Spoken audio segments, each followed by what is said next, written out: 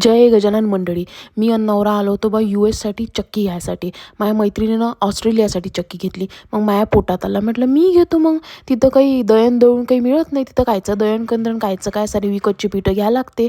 मग इथं आलो बा. इथं येणं सांगितलं हे आहे म्हणे स्पेशली तुमच्या अमेरिकेवाल्यासाठी चक्की बनलेली 16.5 किलोची आहे म्हणे, तुमच्या बॅगेतही जाते. पिन आहे ना म्हणे याची, हे US सारखीच आहे. म्हटलं भलं जमलं रे बा. मग त्याला म्हटलं बा आम्हाला दळून दाखवा, आम्हाला तसा काही विश्वास बसत नाही.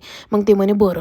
मस्त पीठही बारीक निघालं. जाडं पाहिजे असेल तर जाडही पीठ निघते म्हणे याच्यात सेटिंग करून. म्हटलं भलं मस्त आहे रे बा, हे घेऊन टाकू. रोजच्या 5 बायका जरी दळून दिला म्हटलं तर पैसे वसूल आहे. हे मजाकची गोष्ट आहे म्हणा, असं तर मी काही करत नाही.